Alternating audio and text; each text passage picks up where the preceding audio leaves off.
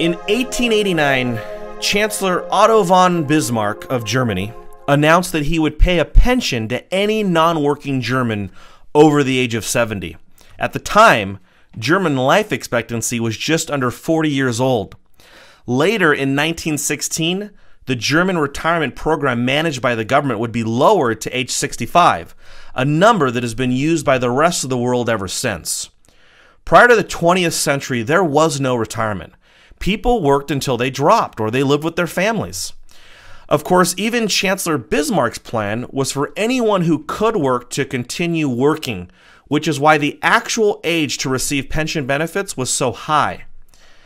The idea of getting old has changed. No longer do we see Granny, an old woman, sitting on an old wooden wraparound porch in a rocking chair. Now she's booking her next 30-day Mediterranean cruise using her iPad. Conventional planning for retirement, in my opinion, is a big mistake. Instead, I think you should plan to become wealthy. Today's retirement plan is all about your number. ING even has a commercial campaign about finding out what your number is.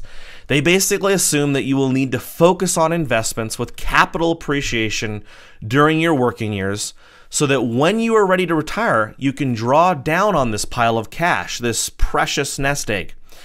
This is a horrible idea, horrible advice that has left millions of baby boomers in their 60s with no hope of slowing down. Just this week, Gallup reported that for people in the 50 to 64-year-old category, 68% of them have a top concern of not having enough money for retirement. Instead of focusing on investments that need to go up, you should focus on investments that cash flow, compounding your wealth and helping you set up a legacy of wealth, both during your lifetime and after. Most baby boomers would have been much better off buying rental properties 30 or 40 years ago, paying them off and collecting the income they provide, generating not only a large sum of wealth, but a steady stream of passive income to last them until death. Last week, I talked about Warren Buffett's investment into Coca-Cola, which is now paying nearly a 50% annual dividend on his original investment back in 1987. It is these type of investments that will make retirement possible. It is the act of becoming truly wealthy and financially free. I want to briefly talk about the right way to buy a stock. Last week, my wife, who just delivered our third child, sent me off to the grocery store to pick up some needed items. On the list was Paul Newman's Italian dressing. I love this stuff. I probably go through a bottle a week on my salads.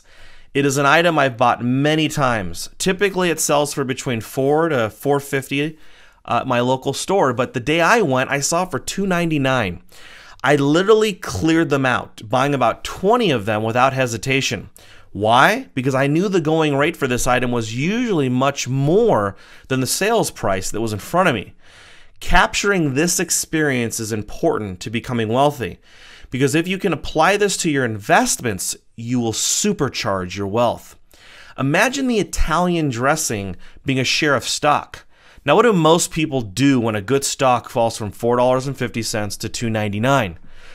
Most will probably sell it on pure emotion. However, the right thing to do would be to take advantage of the lower price and dramatically increase your wealth by owning more of a good company. This, of course, should only be applied to safe investments, ones that have stood the test of time.